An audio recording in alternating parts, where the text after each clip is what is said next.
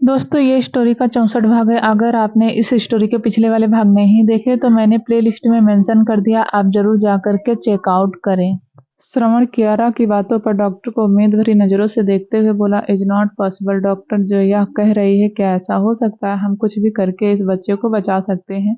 श्रवण की बात पर डॉक्टर ने सब कुछ बताते हुए कहा, वेल मैं आपको कोई झूठी उम्मीद नहीं देना चाहता, पर एक रास्ता है, पर वह बहुत रिस्की है, इसमें दोनों ही लोगों की जान जा सकती है। डॉक्टर की बात सुनकर श्रवण पीछे हटने को हुआ, पर तभी कियारा ने कहा, अब आप बताइए कौन सा रास्ता है? वह यूट्रस ट्रांसप्लांट, इसमें देने वाले और लेने वाले दोनों ही लोगों की जान को खतरा होता है, क्योंकि यह सर्जरी पूरे 10 घंटे चलती है और आपके पेशेंट की कंडीशन ऑलरेडी क्रिटिकल है। अगर आप फिर ऐसा करना चाहते हैं तो यह सीधे तौर पर खुदकुशी करने जैसा है।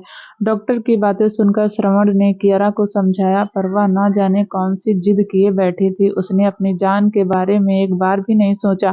कियारा, तुम अपने बारे में ना सही उस लेडी के बारे में तो सोचो, उसकी जान का क्या? अगर सर्जरी के दौरान उसकी जान चली गई तो? श्रवण ने कियारा को समझाना चाहा, कुछ नहीं होगा हम दोनों को, तुम हम पर भरोसा करो, हम इतने कमजोर नहीं, और हमें लगता है हमसे ज्यादा स्ट्रांग हुआ है। तुमने देखा ना वहां का नजारा कैसा था, सब मर चुके थे सिवाय इस लेडी के। अब तुम खुद ही सोचो यह कितनी स्ट्रांग होगी। तभी डॉक्टर ने कहा, आपका जो भी डिसीजन होगा हमें जल्दी बताइएगा, हमें 3 वीक्स कंप्लीट होने से पहले यह सर्जरी करनी होगी। पर क्यों डॉक्टर? कियारा ने सवाल किया तो डॉक्टर ने कहा, 3 वीक्स के बाद बच्चे का ग्रोथ लेवल बढ़ जाता है, ऐसे में बच्चा जितना बड़ा होगा खतरा उतना ही ज्यादा।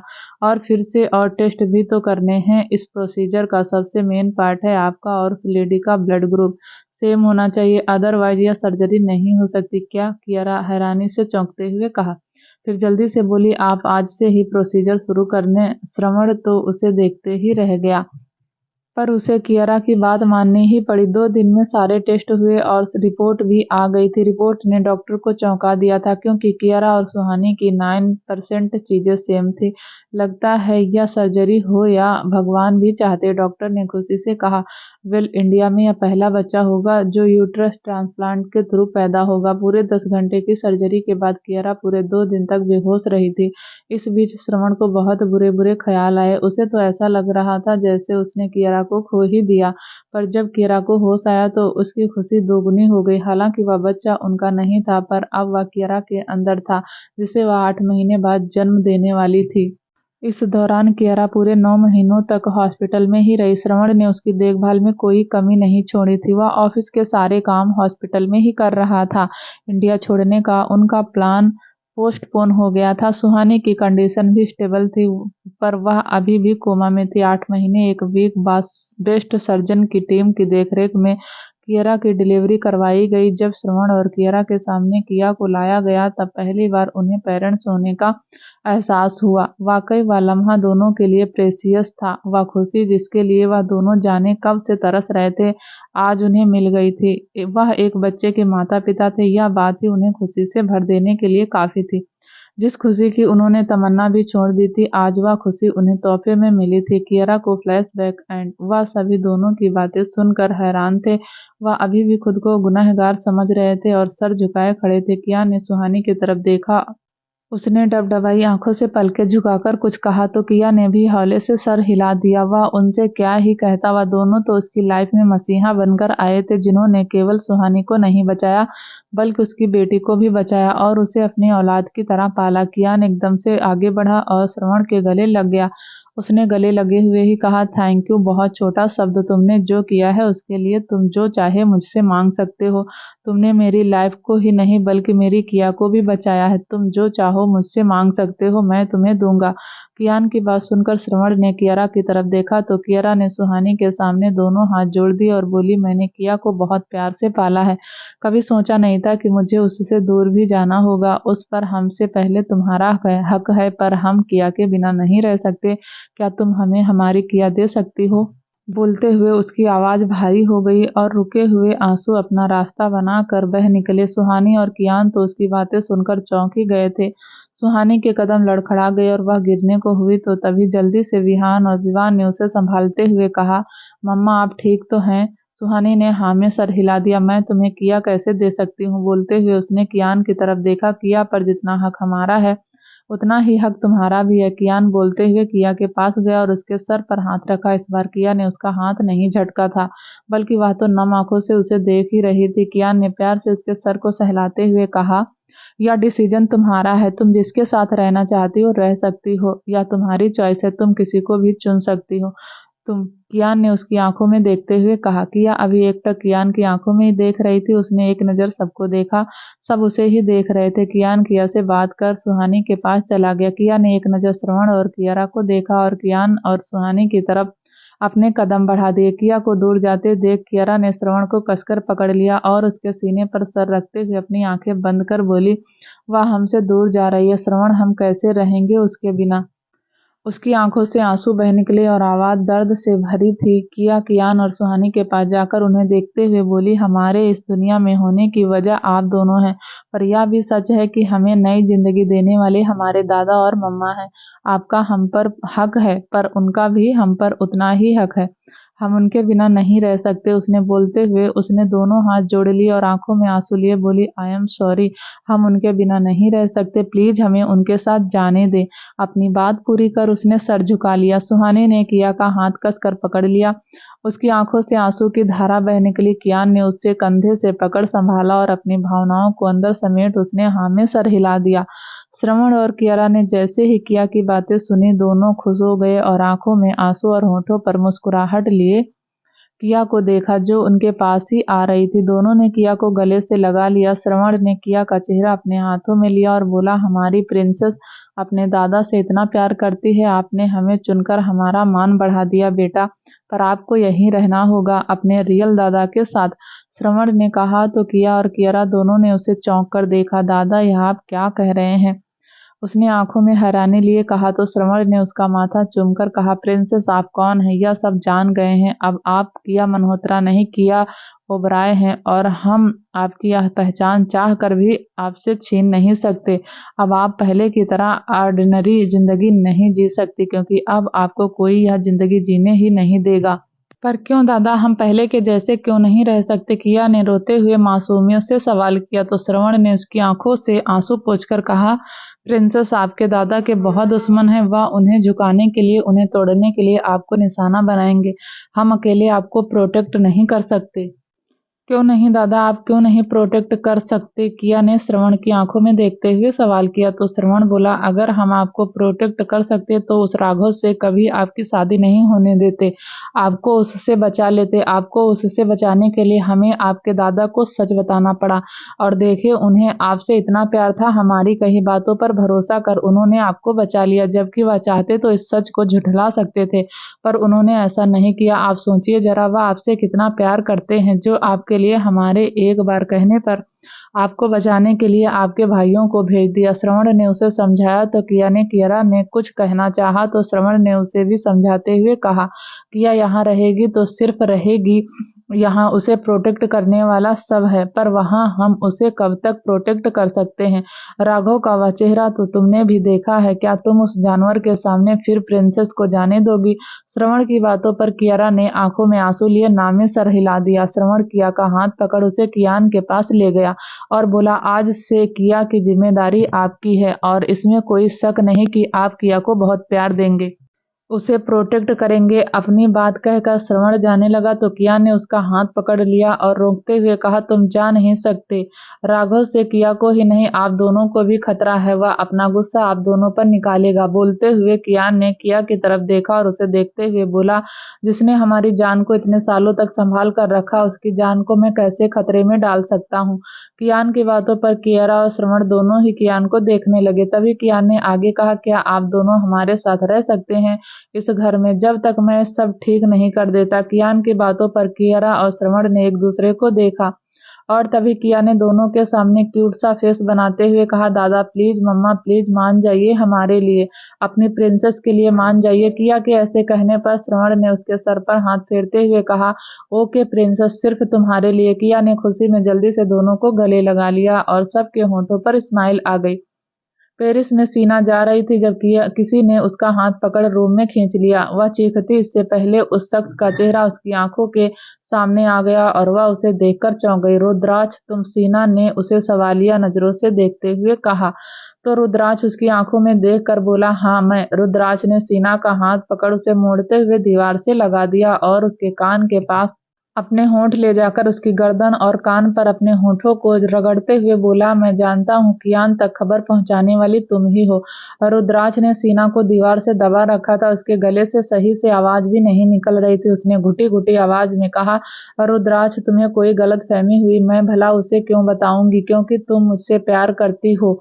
आज भी देखा है मैंने तुम्हारी आंखों में उसके लिए बेइंतहा प्यार। इतना बोलकर उसने सीना के कंधे से उसकी साड़ी का पल्लू खींच दिया, उसकी ब्लाउज की डोरियों को तोड़ उसने अपने होठों को उसकी पीठ पर रगड़ा।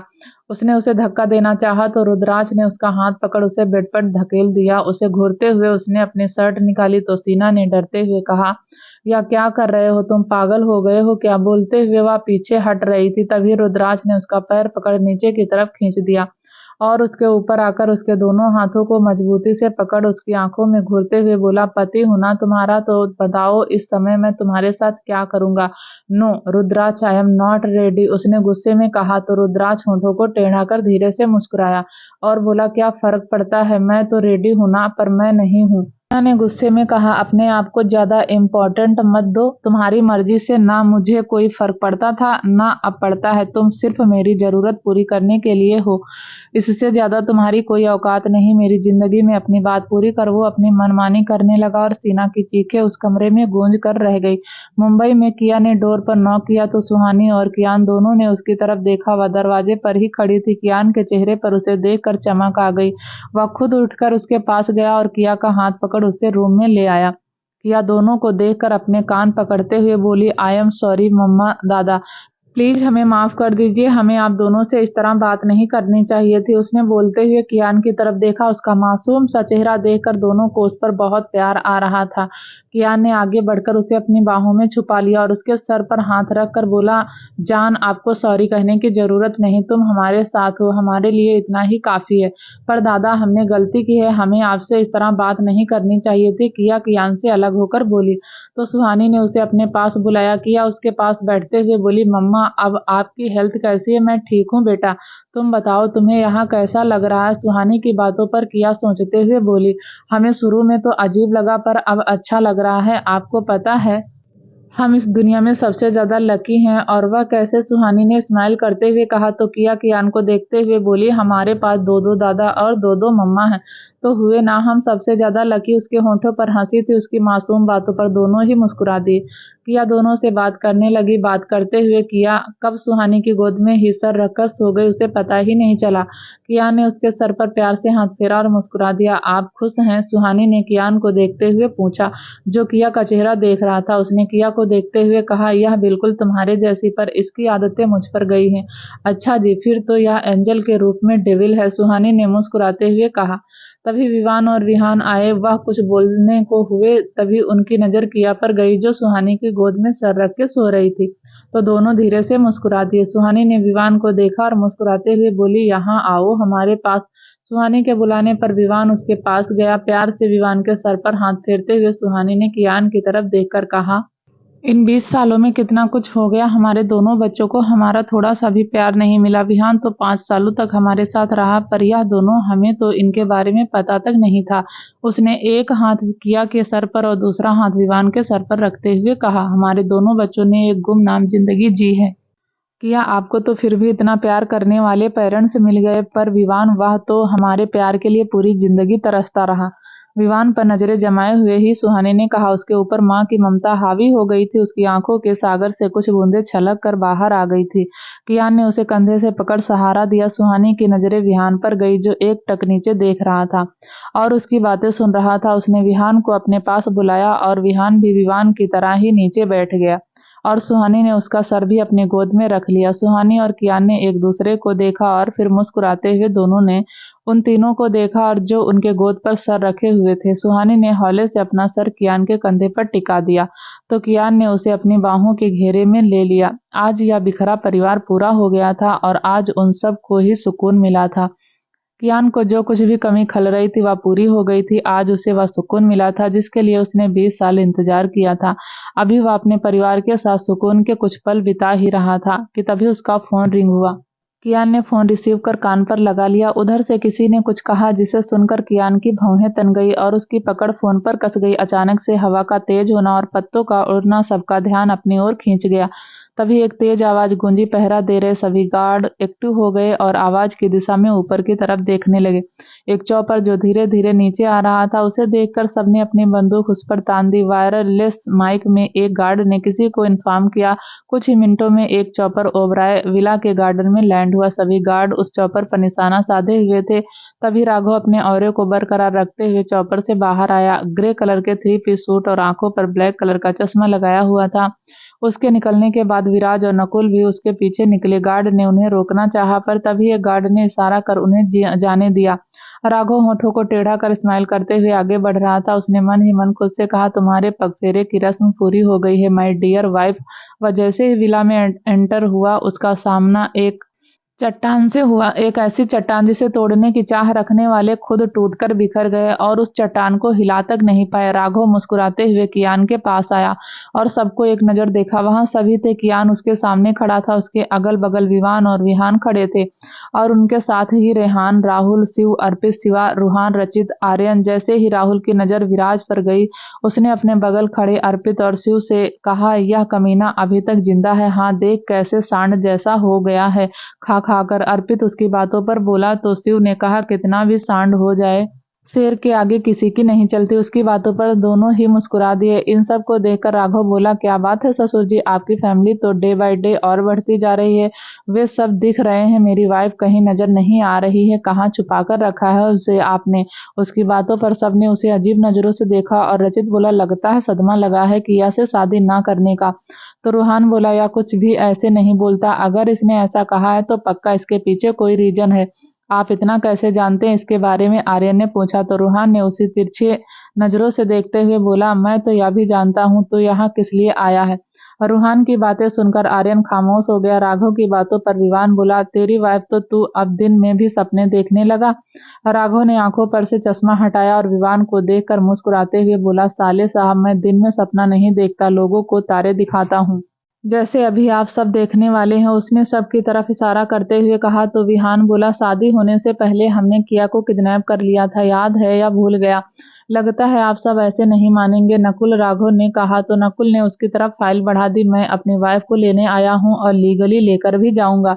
आप में से कोई भी मुझे रोक नहीं सकता उसे ले जाने से। बोलते हुए उसने किया के हाथ में वह फाइल थमा दी और बोला, मेरी और किया की शादी का मैरिज सर्टिफिकेट मैंने पहले ही उससे कोर्ट मैरिज कर ली थी। राघव का इतना कहना था कि सब चौंक उठे। क्या सच में राघव अब किया का पति है? क्या उनकी बहन की शादी इस कमीने इंसान से हो चुकी? इसी तरह के सबके मन में कई सवाल थे। कियान ने उसे देखते हुए उसके हाथ से सर्टिफिकेट ले लिया और उसमें देखा। उसने एक आईब्रो उठाई और फाइल विवान की तरफ बढ़ा दी। वह फाइल एक एक कर सबके हाथ में गई और जैसे जैसे वह सभी फाइल देखते जा रहे थे, सभी के चेहरे के रंग उड़ते जा रहे थे। राघव इतना कॉन्फिडेंट था कि उसने एक बार उस सर्टिफिकेट को देखने की जहमत नहीं उठाई थी। कियान ने राघव से नजरें मिलाते हुए कहा, तो तुम यह कहना चाहते हो तुम किया के हस्बैंड और मेरे सन इन लॉ हो? चलो, आपको समझ तो आई बात ससुर जी। राघव ने जहरीली मुस्कुराहट होठों पर लिए कहा। कियान उसकी बातों पर सर हिलाते हुए धीरे से मुस्कुराया और एक कदम आगे बढ़कर राघव को देखते हुए बोला, यू प्रूव इट। तुम राघव के ही बेटे हो। तुम भी राघव की तरह ही ओवर कॉन्फिडेंट और ओवर स्मार्ट हो। खुद को इतना चालाक और दूसरे को बेवकूफ समझना खुद के पैर पर कुल्हाड़ी मारना होता है। राघव, कियान की टोन भरी बातें सुनकर राघव ने भौहें सिकोड़ ली और कहा, आप कहना क्या चाहते हैं? तुमसे बड़ा बेवकूफ मैंने आज तक नहीं देखा। हाउ डेयर यू टू से दिस, राघव ने अग्रेसिव होते हुए कहा। तो एकदम से विवान और विहान दोनों आगे आ गए। कियान ने दोनों की तरफ देखकर कहा, यह हमारा घर है, बैटल ग्राउंड नहीं। कियान के ऐसे बोलने पर दोनों पीछे हट गए।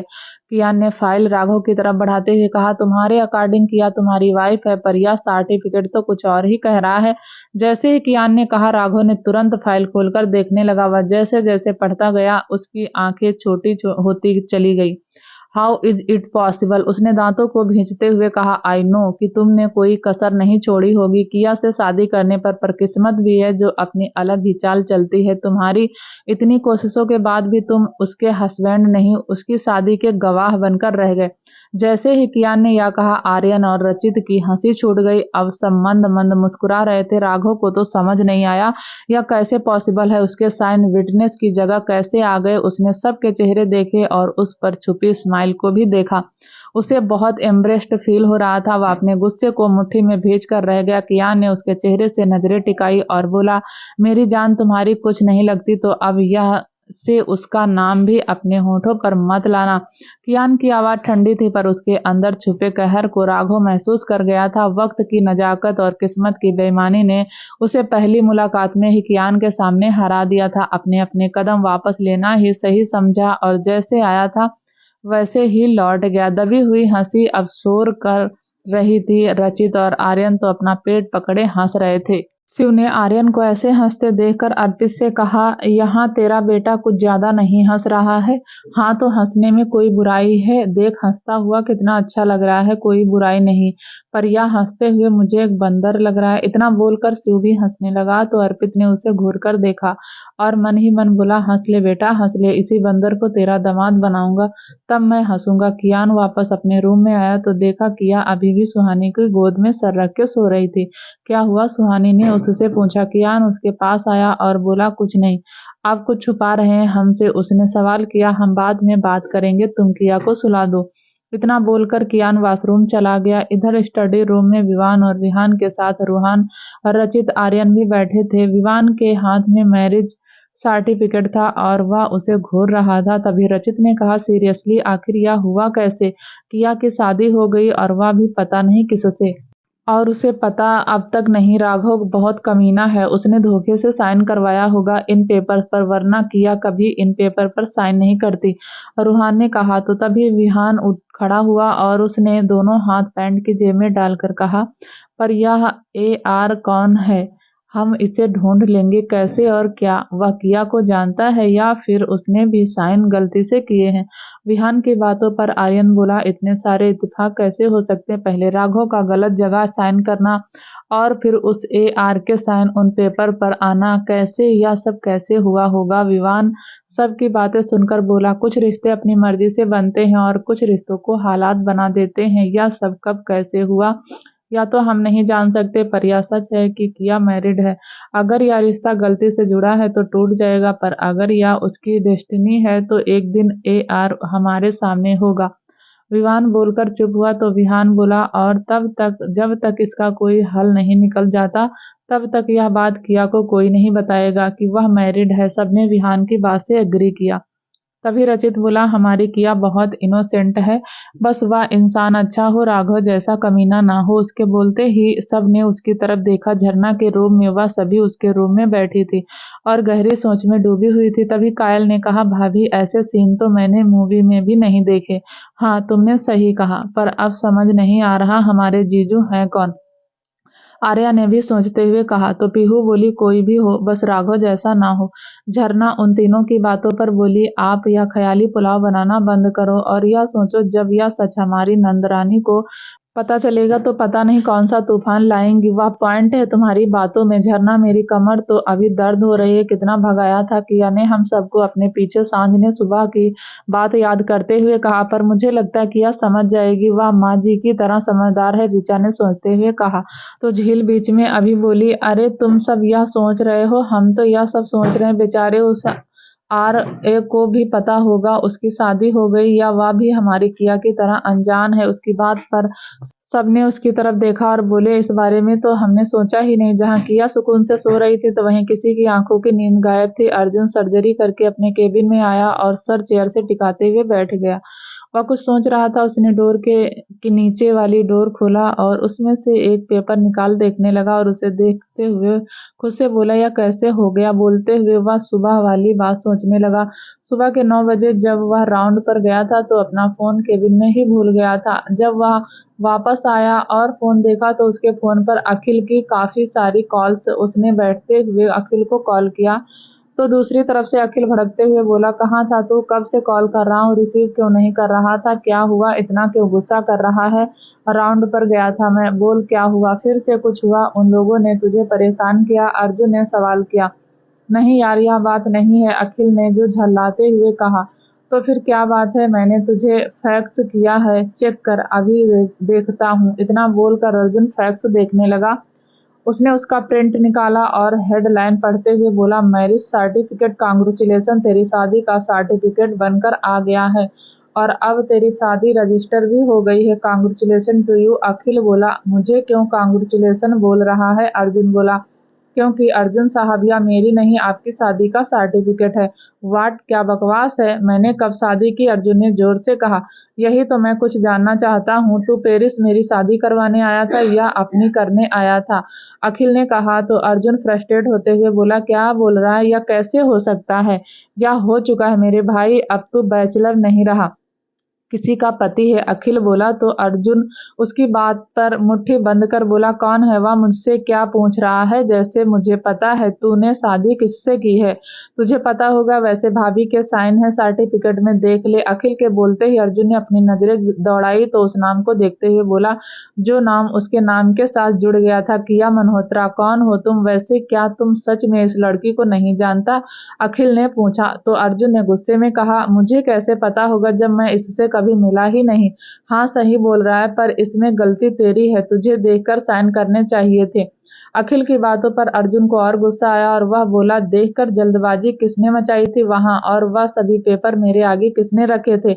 अर्जुन की बातें सुनकर अखिल ने अपनी एक आंख दबा ली। कैसे? उसने जल्दी जल्दी में टेबल पर पड़े सारे पेपर इकट्ठे कर उसके आगे रख दिए थे। अपनी गलती समझते हुए अखिल बोला, देख, अब तो जो होना था हो गया, शायद तेरी शादी ऐसे ही होनी थी, तो टेंशन मत ले, और भाभी बहुत खूबसूरत होंगी, काली मोटी भैंस जैसी नहीं। अखिल की ऐसी बातें अर्जुन को और गुस्सा दिला रही थी।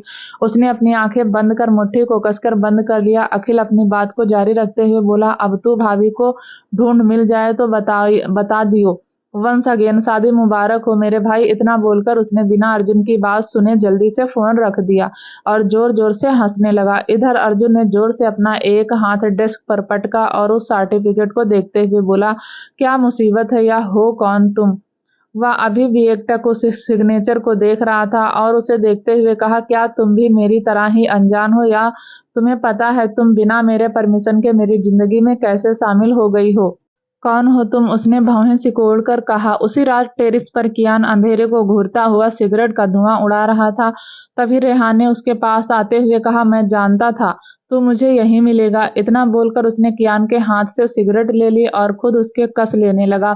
उसने कस लेते हुए कहा, अब वह शांत नहीं बैठेगा। उसने बहुत टाइम वेस्ट किया था इन सबके पीछे और अंत में उनका वह इक्का जिसके दम पर वह हमसे भिड़ने की प्लानिंग कर रहा था, वह भी उससे छिन गया। हाँ, शांत नहीं बैठता तो ना सही, करने दो उसे जो करना है, उसके एक्शन का एक्शन भी मिलेगा उसे। कियान की बात सुनकर रेहान कुछ सेकंड के लिए शांत हो गया, फिर अगले ही पल बोला, और इस AR का क्या हुआ? अब तेरा दामाद है, कैसे ढूंढेंगे हम उसे? उसे ढूंढना ही क्यों है? अभी वह तेरी जान का हस्बैंड है। रिहान तेज से आवाज में बोला तो कियान उसकी तरफ देखकर बोला, जब वक्त आएगा तो वह हमारे सामने खुद होगा। तुझे क्या टेंशन नहीं हो रही है? वह कैसा आदमी होगा, अच्छा होगा या बुरा? क्या हमारी किया उसके साथ खुश रह पाएगी या नहीं? वह तेरी बेटी है यार, तुझे उसकी परवाह नहीं? मैं तो कहता हूँ उसे ढूंढ और डाइवोर्स करवा दो दोनों का। हम ऐसे कैसे किसी के भी साथ उसकी शादी होने दे सकते हैं? हमारी प्रिंसेस के लिए तो कोई प्रिंस ही आएगा। रेहान बोलकर चुप हुआ तो कियान ने सिगरेट की कस लेकर कहा, डोंट वरी, जान के लिए प्रिंस ही आएगा। इतना बोलकर वह होठों को टेढ़ा कर धीरे से मुस्कुरा दिया। रेहान कियान का चेहरा देख और उसकी वह हिडन स्माइल देख बोला, तू जब जब ऐसे स्माइल करता है तब तक कुछ अजीब ही होता है, कुछ अलग। इस बार क्या होने वाला है? जो होगा तुझे पता चल जाएगा। इतना बोलकर कियान उसे सिगरेट पकड़ाकर चला गया। रेहान सिगरेट के कस लेकर उसे जाते हुए देखकर बोला, ब्लडी कुरियर डेविल। कियान जब उसने अपने रूम में जा रहा था तो उसे श्रवण अपने रूम में जाता दिखा तो उसने उसे रोकते हुए पीछे से कहा, तुम्हें मेरे बारे में कैसे पता चला? आवाज सुनकर पलटकर इसे देखने लगा। कियान उसके पास आया तो उसने कहा, एक लेटर मिला था मुझे, भेजने वाले का नाम नहीं था, बस उसने कुछ इन्फॉर्मेशन दी। आपकी कैसी इन्फॉर्मेशन? कियान ने उसकी आंखों में देखते हुए कहा। तो श्रवण भी उससे नजरें मिलाते हुए बोला, आपका नंबर, नाम कि आप कौन हैं, और एक मैसेज, अगर इस शादी को रोकना चाहते हो तो इस नंबर पर कॉल करो, उसे सच बता दो, किया उसकी बेटी है, तुम्हारी नहीं। श्रवण की बात सुनकर कियान मन ही मन खुद से बोला, क्या यह तुमने किया है? पेरिस में सीना बेडशीट को खींचकर खुद को कवर किया। उसकी आंखों में आंसू थे, उसके कान में कियान की कही बातें गूंज रही थी, तुम अपनी इस हालत की जिम्मेदार खुद हो। वह उन बातों को याद कर रोने लगी और रोते हुए बोली, तुमने सही कहा, मैं अपनी इस हालत की जिम्मेदार खुद हूँ, पर मैंने एक मासूम जिंदगी को इस नर्क में आने से बचाया है। कियान, मैंने तुम्हारी बेटी को इस जिल्लत भरी जिंदगी से बचाया। क्या तुम मुझे मेरी गलतियों के लिए कभी माफ कर सकोगे? इतना बोलकर वह रोने लगी। सीना ने जब किया को देखा तो वह समझ गई राघव उससे क्यों शादी कर रहा है। वह सुहानी और कियान की बेटी थी और यही वजह थी राघव की उससे शादी करने की। सीना नहीं चाहती थी कि किया की लाइफ भी उसके जैसी हो जाए और इसलिए उसने श्रवण तक वह लेटर पहुंचाया। इन्हीं सब बातों को याद कर वह बेड पर बेजान सी पड़ी थी। मुंबई में विवान किसी गहरी सोच में डूबा हुआ था, इसलिए उसे अंदाजा भी नहीं हुआ कि उसके रूम में उसके अलावा कोई और भी है। अंदर आते ही उसने डोर लॉक कर अपनी शर्ट निकाल दी और बालकनी में चला गया। वह दोनों हाथ में बालकनी की ग्रिल को भरे उस पर हल्का झुका हुआ कुछ सोच रहा था। उसने मन ही मन सोचते हुए खुद से कहा, तुम हो कौन यार? तभी उसे कुछ फील हुआ। उसने हल्का सा मुड़ कर देखा तो सांझ थी। सांझ उसके कंधे पर हाथ रखते हुए बोली, आप ठीक तो हैं? उसके पूछने पर उसने धीरे से सर हिला दिया। सांझ ने धीरे से अपने हाथों को चेस्ट पर लपेट उसकी पीठ पर अपना सर रख दिया। विवान ने पलके झुकाकर एक मध्यम हंसी होठों पर लिए उसके हाथ पर अपने हाथ रख उसकी बाह पकड़ अपने सामने किया तो सांझ पलके झुकाए खड़ी थी।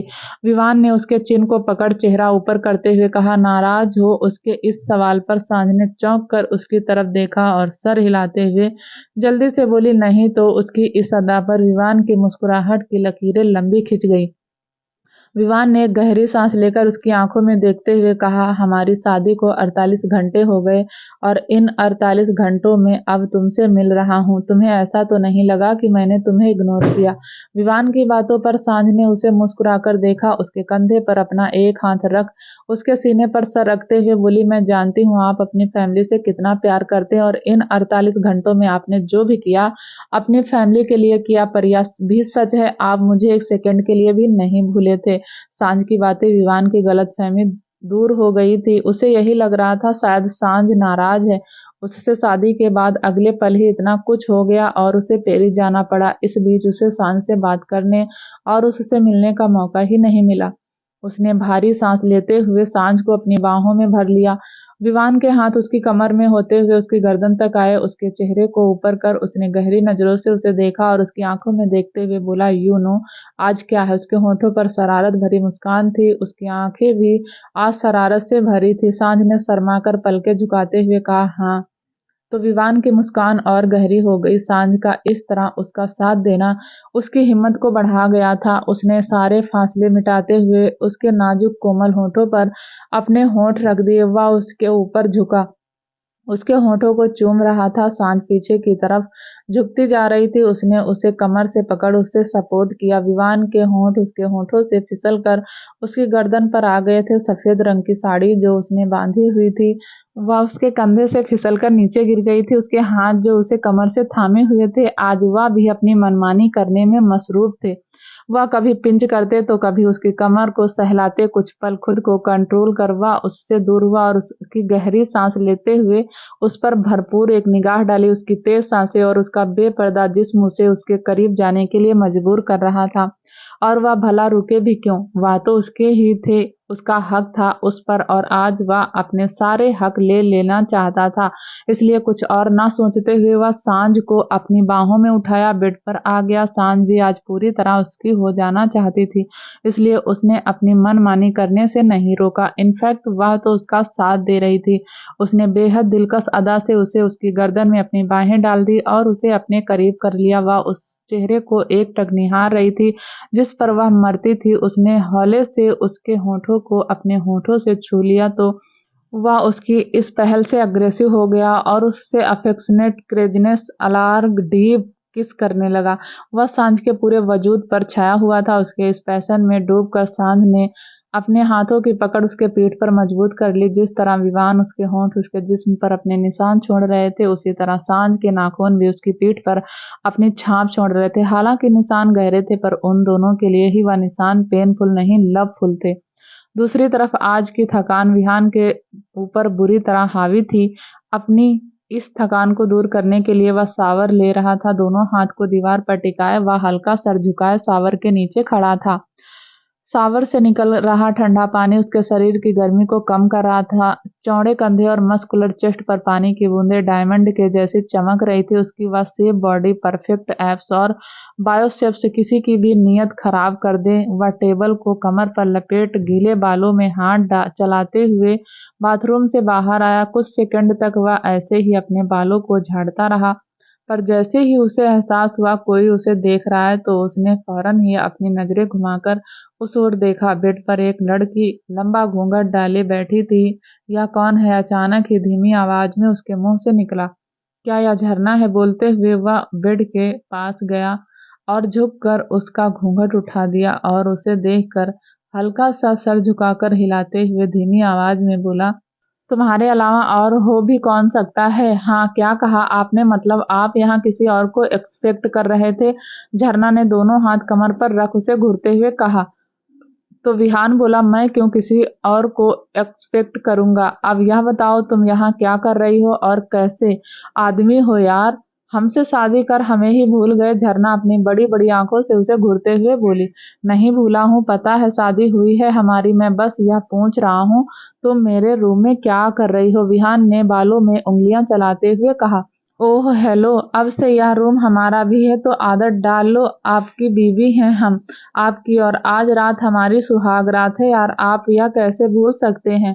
झरना ने उसे देखते हुए मुंह बनाकर कहा। तो विहान को जैसे कुछ याद आया और उसके होंठों पर स्माइल आ गई, पर अगले ही पल उसने स्माइल को हाइड कर बोला, सुहाग रात यह क्या होता है? करते क्या हैं इस सुहाग रात में? उसने सोचने वाले अंदाज में कहा। तो झरना ने उसे चौंक कर देखा और दोनों हाथ कमर पर रखते हुए नाक फुलाते हुए बोली, आपको यह भी नहीं पता सुहाग रात में क्या होता? उसने बड़े ही रोमांटिक अंदाज में कहा। तो विहान को उसके एक्सप्रेशन देखकर हंसी तो आ रही थी, पर वह अपनी हंसी को हाइड किए उसे देखते हुए नामे सर हिला दिया। तो उसके रिएक्शन पर झरना की आंखें और बड़ी हो गई, पर अगले ही पल वह अपने माथे पर हाथ रख रवासी आवाज में बोली, हाय, या कैसे इंसान से शादी हो गई हमारी, जिन्हें सिर्फ लड़ना आता है, जिन्हें या तक नहीं पता सुहाग रात में क्या होता है। ऐसे में प्यार। तभी उसे अपनी कमर पर विहान के पकड़ का एहसास हुआ और वह चौंक गई। विहान उसे पीछे से अपनी बाहों में भरे हुए था। उसके कान के पास अपने होंठ ले जाकर उसने धीरे से कहा, डोंट वरी, तुम्हारे पति को प्यार करना भी आता है। अपनी बात पूरी कर विहान ने झरना के कान को अपने होठों से छू लिया। उसके ठंडे होठों की चुभन से झरना सिहर उठी। विहान के ठंडे हाथ झरना की गर्म कमर पर कसते जा रहे थे। वह वैसे ही झरना को बाहों में भरे हुए कदम बढ़ाता जा रहा था। तभी झरना के पैरों से कुछ टकरा गया। उसने आंखें खोल कर देखा तो सामने दीवार थी। विहान, सामने दीवार, उसने धीरे से कहा। विहान, जो उसकी गर्दन में अपना चेहरा घुसाए था, उसने नजरें ऊपर कर देखा और हौले से मुस्कुराकर झरना के दोनों हाथों को अपने हाथों में गिरफ्त कर विहान ने उसके हाथों को दीवार पर रख दिए। दीवार और विहान के हाथों के बीच झरना के हाथ दबे हुए थे। वह उसके बैक साइड नेक को चूम रहा था। शावर लेने के बाद उसका शरीर एकदम से ठंडा था। झरना के गर्म शरीर पर जहां जहां विहान अपने होंठ रख रहा था, उसके होंठों की ठंडक से झरना सिहर उठती। उसे अपनी तरफ पलट उसकी आंखों में देखते हुए विहान ने बेहद सेडक्टिव वॉइस में कहा, झरना, मैं आगे बढ़ूं? विहान के इस सवाल पर झरना ने बेहद प्यार भरी नजरों से उसकी आंखों में देखा। उसके ऊपर उसका पूरा हक था, फिर भी वह अपना हक लेने के लिए उसकी परमिशन मांग रहा था। विहान का यह अंदाज उसे एक अलग ही खुशी से भर गया। उसने बेहद प्यार और गर्व से उसकी आंखों में देखा और उसकी आंखों में देखते हुए ही हाँ में सर हिला दिया। उसकी आंखें डबडबा आई थी, पर खुशी से उसने झुककर उसे अपनी बाहों में उठाया और उसे लेकर बेड पर आ गया। वह दोनों एक दूसरे के सामने थे और एक दूसरे की आंखों में देख रहे थे। आंखों में दिख रहे प्यार के समंदर में वह दोनों ही आज डूब जाना चाहते थे। झरना के चेहरे को अपने हाथों में भर विहान ने हौले से उसके माथे को चूम लिया। वह उसके चेहरे के तरासे गए नए नक्श पर अपना प्यार लुटा रहा था। और धीरे धीरे उसके ऊपर झुकता चला गया। उसे उठाया और उसे लेकर बेड पर आ गया। वह दोनों एक दूसरे के सामने थे और एक दूसरे की आंखों में देख रहे थे। आंखों में दिख रहे प्यार के समंदर में वह दोनों ही आज डूब जाना चाहते थे। झरना के चेहरे को अपने हाथों में भर विहान ने हौले से उसके माथे को चूम लिया। वह उसके चेहरे के तरासे गए नए नक्श पर अपना प्यार लुटा रहा था और धीरे धीरे उसके ऊपर झुकता चला गया। किसे पता था कि आज क्या होने वाला है। सभी अपने अपने में मगन थे। किया जब फ्रेश होकर नीचे आई तो उसने पूरे हॉल में एक नजर दौड़ाई और सबको देखते हुए बोली, दादा रियली या फैमिली नहीं विलेज है। इतना बोलते हुए वह पीछे मुड़ी तो किसी से टकरा गई। किया ने एक हाथ सर पर रख कहा, आउच बेटा, ज्यादा लगी तो नहीं आपको। बोलते हुए ऋत्विक ने उसका सर देखा तो किया ने आवाज सुनकर उसकी तरफ देखते हुए कहा, आप कौन? तुम्हारे मामा जी हैं। आवाज सुनकर दोनों ने पीछे देखा तो सुहानी खड़ी दोनों को मुस्कुराते हुए देख रही थी। क्या मामा जी? सॉरी मामा जी, हमने देखा नहीं था, किया ने डरी डरी आंखों से कहा तो ऋत्विक मुस्कुराकर उसके सर पर हाथ रख बोला, इट्स ओके माय एंजल, मैंने सुना है तुम मेडिकल पढ़ रही हो, तुम्हारी इंटरेस्ट किसमें है? गायनकोलॉजिस्ट, किया ने आंसर किया। क्या बात है, तुम्हारी माँ भी एक गायनकोलॉजिक सर्जन है। ऋत्विक की बात सुन किया ने सुहानी की तरफ आंखें बड़ी करते हुए कहा, मम्मा रियली आप एक सर्जन है? सुहानी ने धीरे से सर हिला दिया। आपको पता है हम और दादा हमेशा से यही सोचते थे, आपका इंटरेस्ट मेडिकल में कैसे? अब हम समझे, हमने सब छोड़कर मेडिकल ही क्यों चूज किया। उसकी बातों पर ऋत्विक और सुहानी दोनों ही मुस्कुरा दिए। चलो अब ब्रेकफास्ट कर लो, बाकी बातें बाद में, सब वेट कर रहे हैं, सुहानी ने उसे साथ ले जाते हुए कहा। सबको देखकर किया ने धीरे से सुहानी के कान में कहा, मम्मा हमने इन सबको बहुत परेशान किया है, हमें इन सब से माफी मांगनी है और हम तो जानते भी नहीं इन सब से हमारा क्या रिश्ता है। बस इतनी सी बात, सबसे तुम्हारा इंट्रोड्यूस तो मैं करवा दूंगी और रही बात तुमसे नाराज होने की तो कोई कि तुमसे नाराज नहीं है, तुम यहाँ पहली बार आई थी तो तुम्हारा ऐसा बिहेवियर जायज था। वह बोलते हुए किया को सबके बीच ले आई और सबसे उसे मिलवाने लगी। किया हैरानी के साथ साथ बहुत खुश थी। कल तक वह अकेली थी पर आज उसके पास इतने सारे रिश्ते थे, उसके पास इतने सारे अंकल आंटी भाई बहनों और भाभियां भी थी। सबके साथ ब्रेकफास्ट करने के बाद किया अपने रूम में थी। जब उसे ढूंढते हुए कायल और आर्या उसके रूम में आई दी कायल ने आवाज दी तो किया ने उसे पलटकर देखते हुए स्माइल किया और बोली, कायल आर्या आओ अंदर, हम तुम्हारे पास ही आ रहे थे। कोई बात नहीं दी, मैं आ गई, क्या कर रही हैं आप? कायल ने उसके पास आते हुए कहा तो किया ने कबर्ड में कपड़े रखते हुए कहा, बस अपने कबर्ड में कपड़े जमा कर रही थी। अच्छा यह सब छोड़ो और हमारे साथ चलो, सब आपका वेट कर रहे हैं। क्या? झील ने कहा। कायल, किया ने सवाल किया। कायल और आर्या ने उसे अपने साथ ले जाते हुए कहा, हमारी भाभियां। कायल किया को अपने साथ झील के रूम में ले आई। उसके रूम में सभी बैठी थी। किया को देखकर झरना मुस्कुराई और सांझ के कान में धीरे से बोली, लो आ गई हमारी नंद रानी। वैसे कुछ भी कहो या सासू माँ जितनी ही क्यूट हैं। किया ने सबको एक साथ देखकर अपने कान पकड़ लिए और क्यूट सा फेस बनाते हुए बोली, सॉरी हमने आप सबको बहुत तंग किया ना। किया की बातों पर सबने नाम में सर हिला दिया और हंसने लगी। ऋचा किया को अपने पास बैठाते हुए बोली, नहीं तुमने किसी को तंग नहीं किया, बस हमारी थोड़ी एक्सरसाइज ज्यादा करवा दी। उसकी बातों पर सब हंसने लगे। तभी किया ने झरना और सांझ पर उंगली पॉइंट करते हुए कहा, आप दोनों तो हमारी भाभियां हैं पर क्या आप सब हमारी बहनें हैं? किया के पूछने पर झरना ने झील की तरफ इशारा करते हुए कहा, वह भी तुम्हारी होने वाली भाभी है, तुम्हारे डॉक्टर भाई की गर्लफ्रेंड। उसके बाद सांझ ने ऋचा की तरफ इशारा करते हुए कहा, और यह जो तुम्हारी दीदी है वह तुम्हारी दीदी के साथ साथ तुम्हारी भाभी भी हैं। सांझ की बातों पर ऋचा ने उसे आंखें दिखाई और बाकी सभी हंसने लगी। किया ने चौंकते हुए कहा, क्या सच में? यह कैसे पॉसिबल है? उसने मासूमियत से सवाल किया तो कायल ने कहा कि ऋचा दी मामा जी की बेटी और रिहान भाई बुआ जी के बेटे हैं और अब इन दोनों की शादी होने वाली है तो हो गया ना पासवर्ड। ओ अच्छा, किया ने शब्दों को खींचते हुए कहा। यह सब छोड़ो, तुम बताओ हमारी छोटी सी प्यारी सी प्रिंसेस तुम्हारी लाइफ में कौन है? झरना ने आंखें मटकाते हुए सवाल किया। कोई नहीं है भाभी, किया ने मुंह बनाते हुए कहा। अरे कोई तो होगा ही जिस पर तुम्हारा दिल आया हो, सांझ ने पूछा तो किया ने कुछ देर सोचा और ना में सर हिला दिया। उसका जवाब मिलते ही सभी आपस में खुसर फुसर शुरू करने लगे और एक दूसरे से बोले, मतलब लाइन क्लियर है, अब हमें ही हमारी प्रिंसेस के लिए प्रिंस ढूंढना होगा। इतना बोलकर सबने एक दूसरे को हाई फाई दिया। ऑस्ट्रेलिया में राघव पेरिस ना जाकर ऑस्ट्रेलिया आ गया था। वह सोफे पर बैठा था, उसके आगे शराब की बोतल रखी थी और वह शराब लिए जा रहा था। उसने कम से कम अब तक 10 से 12 पैग लगा लिए थे। उसकी आंखें ज्यादा शराब पीने की वजह से नशीली हो रही थी। उसके पीछे से एक आवाज आ रही थी, कोई दर्द में बुरी तरह चीख रहा था। उसकी दर्द भरी चीखें सुनकर राघव होठों को टेढ़ा कर धीरे से मुस्कुराया। उसके अगले ही पल उसने शराब की बोतल को फर्श पर दे मारा। वो टूटकर 100 टुकड़ों में बिखर गई। तभी राघव जोर से चिल्लाया। उसकी आवाज आना क्यों बंद हो गई? उसकी चीखें मेरे कानों में सुनाई देती रहनी चाहिए जब तक यह सच ना बोल दे। राघव के बोलने के अगले ही पल नकुल चिल्लाते हुए बोला, सर मैंने कुछ भी नहीं किया। मैं नहीं जानता उन पेपर पर उस आदमी के साइन कैसे आए। मैं तो पेपर रजिस्टर ऑफिस में सबमिट कर आया था। मुझे नहीं पता मेरे वहां से आने के बाद क्या हुआ, नकुल ने गिड़गिड़ाते हुए कहा। तो राघव उसकी तरफ देखकर बोला, मेरी और किया की शादी के बारे में सिर्फ मुझे ही पता था। फिर यह कैसे हुआ? कैसे मेरे साइन विटनेस की जगह और उन आदमी के साइन हस्बैंड की जगह आ गए? वहां कोई मैजिशियन था क्या जिसने पल भर में दोनों साइनों को एक्सचेंज कर दिया था? हाँ बोलो, राघव ने बहुत गुस्से में उसे घूरते हुए कहा। नकुल उल्टा लटका हुआ था और उसके नीचे जलते अंगारे थे जिसकी तपस में उसका शरीर झुलस रहा था। नकुल ने उल्टा लटके हुए ही हाथ जोड़ते हुए कहा, सर मैं नहीं जानता, मेरा यकीन करिए, मैं नहीं जानता। तुझ पर यकीन करके मुझे क्या मिलेगा? क्या तू उस आदमी को ढूंढ कर ला सकता है जिसने मेरी जगह ली है, जिसने मेरी किया को मुझसे छीना है? राघव शब्दों पर जोर देते हुए बोला। तो उसकी बातों पर नकुल जल्दी से बोला, हाँ मैं उसे लेकर आऊंगा, मैं उसे ढूंढ लूंगा, मुझे एक मौका दो। नकुल की बातें सुनकर राघव धीरे से होठों को टेढ़ा कर मुस्कुराया और अपने आदमी को इशारे किए। उसने नकुल को बाहर निकाला। नकुल की हालत बहुत खराब थी। वह सही से अपने पैरों पर खड़ा भी नहीं हो पा रहा था। उसे दो लोगों ने दोनों साइड से पकड़ा हुआ था। राघव ने उसके मुंह को अपने हाथों में पकड़ दबाते हुए बोला, तेरे पास 2 हफ्ते हैं उसे ढूंढने के लिए।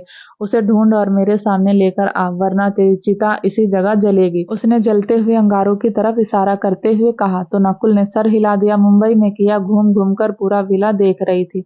तभी एक रूम के पास से गुजरते हुए उसे कुछ आवाजें सुनाई दी। आवाजों को सुन किया ने डोर पर कान लगा दिया। वह शूटिंग की आवाज थी। आवाज सुनकर किया की क्यूरियोसिटी इतनी बढ़ गई कि उसने डोर खोल दिया। अंदर का नजारा देखकर किया की आंखें बड़ी हो गई। हैरानी से नहीं, खुशी से उसकी आंखों में चमक आ गई। बाकी सभी जो इस वक्त उस रूम में मौजूद थे, सबने किया की तरफ देखा। जान तुम यहाँ? कियान ने किया के पास आते हुए कहा। तो किया ने होठों पर बड़ी सी स्माइल लिए कहा, दादा हमें भी शूटिंग करनी है। वह एक बड़ा सा रूम था। रूम के एक दीवार पर ढेर सारे राउंड और स्क्वायर शेप के बोर्ड लगे थे जिन पर सब निशाना साध कर प्रैक्टिस कर रहे थे। किया की बातें सुनकर सभी मुस्कुराने लगे। तभी रेहान ने उसके पास आते हुए यह कहा, बेटा यह नकली नहीं असली गन है। क्या तुमने कभी गन चलाई? हाँ अंकल, पर हमने नकली गन चलाई है, असली नहीं। वह क्या है ना, हमें शूटिंग, हॉर्स राइडिंग और बाइक रेसिंग इन सब का बचपन से ही शौक था, तो दादा ने हमें सब सिखाया है। किया ने स्माइल करते हुए कहा। तुम्हें यह गन चलानी है? कियान ने पूछा। तो किया स्माइल करते हुए बोली, हाँ दादा आओ प्रैक्टिस करो। इतना बोल किया को गन पकड़ा दिया और उसे निशाना साधने के लिए कहा। वह एक असली गन थी इसलिए उसका वेट ज्यादा था। किया को वह गन हैवी लग रही थी। उसने जैसे तैसे गन संभाली और निशाना साध दिया। शूट किया ने जैसे ही यह कहा, किया ने शूट किया। गन चलते ही उसे तेज धक्का लगा और वह पीछे को होते हुए गिरने लगी। तभी विवान ने उसे पकड़कर संभालते हुए कहा, किया संभल कर। उसने उसे सही से खड़ा किया और बोला, तुम ठीक हो? हाँ भाई हम ठीक हैं, पर हमें गन चलाते ही धक्का क्यों लगा? किया ने सवाल किया। क्योंकि यह असली गन है। जो पहली बार इसे चलाते हैं उनके साथ ऐसा ही होता है। एक बार जब तुम गन चलाना सीख जाओगी तो तुम्हें आदत हो जाएगी, फिर खुद को भी संभाल लोगी और इसे भी। विहान ने उसके पास आते हुए कहा।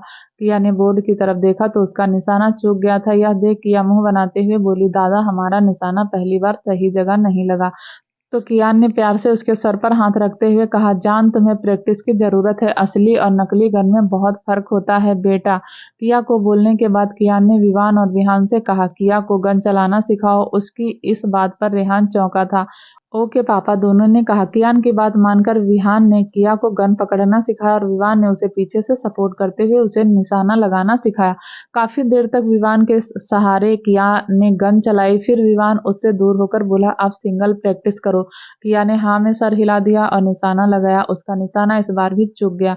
यह देखकर उसने अपना रुआसा सा मुंह बना दिया। डोंट वरी, तुम्हारा निशाना जरूर लगेगा। इतना बोलकर विवान ने अपने सर पर एक एप्पल रख लिया और किया के सामने कुछ दूरी पर खड़ा हो गया। अब लगाओ निशाना, उसने कहा। तो किया चौंक कर बोली, भाई आप यह क्या कह रहे हैं? हम नहीं लगाएंगे आप पर निशाना, उसने गन नीचे रखते हुए कहा। तो विवान बोला, किया, विहान सही कह रहा है, तुम निशाना लगाओ, इस बार तुम्हारा निशाना नहीं चूकेगा और तुम्हें निशाना एप्पल पर लगाना है, पर भाई गोली विहान भाई को लग सकती है, उसने भौहें सिकोड़ डरी डरी आवाज से कहा। तो विवान उसे समझाते हुए बोला, नहीं लगेगी, क्योंकि इस बार तुम्हारे पास सही निशाना लगाने की एक वजह है, इसलिए इस बार तुम्हारा निशाना चूकेगा नहीं। इतना बोलकर विवान ने भी अपने सर पर एक एप्पल रख लिया और विहान के बगल खड़ा हो गया। तभी रूहान ने भी अपने सर पर एप्पल रखते हुए कहा, किया, सही से निशाना लगाना, वरना आज तुम अपने तीनों भाइयों को खो दोगी। वह बोलते हुए मुस्कुराया, पर इधर किया के हाथ कांपने लगे थे। रचित ने धीरे से किया के कान में बोला, बहना देख तू ना, इन दोनों पर तो संभल कर निशाना लगाना, पर उस पर तुझे पूरी फ्रीडम है, जहां मर्जी निशाना लगा, उसका शरीर मैंने तुझे दान कर दिया है, भूंज डाल उसे गोलियों से, उसने रूहान की तरफ इशारा करते हुए कहा। तो किया ने झुंझलाकर उसके हाथ में गन थमाते हुए कहा, भाई आप ही लगाओ निशाना, हमसे नहीं होगा, हम जा रहे हैं। इतना बोलकर वह जाने लगी तो उसके सामने कियान खड़ा था। उसका रास्ता रोके कियान को देखकर किया बोली, दादा हमसे नहीं होगा। तो कियान ने किया का हाथ पकड़ कर कहा, किया, नो वे, ओबराय की बेटी बैटल ग्राउंड में इस तरह हार कर भाग नहीं सकती। कियान की बातों पर किया ने उसकी तरफ देखा तो कियान बोला, बेटा इस दुनिया में कोई भी ऐसा काम नहीं जो ना किया जा सके, मुश्किल से मुश्किल काम भी हम प्रैक्टिस करके सीख सकते हैं। वह बोलते हुए किया को वापस से वहीं ले आया और उसके हाथ में गन देकर उसके हाथ पर अपना हाथ रखते हुए तीनों के सर पर रखे एप्पल पर निशाना लगाया। उसका निशाना इतना सटीक था कि गोली सीधा एप्पल में लगी। वाह दादा, यू आर जीनियस, आपका निशाना कितना अच्छा है, किया ने खुशी से उछलते हुए कहा। तुम्हारा भी है, और अब बारी तुम्हारी। इतना बोलकर किया ने अपने सर पर एक एप्पल रख लिया और किया के सामने खड़ा हो गया। किया एक बार फिर डर गई। दादा नो, हमसे नहीं होगा, हम आप पर गोली नहीं चला सकते। होगा बेटा, चलाओ, अगर मुझे गोली लगती भी है तो कोई भी तुमसे कुछ नहीं कहेगा, चलाओ बेटा। कियान के बार बार कहने पर किया को मानना ही पड़ा।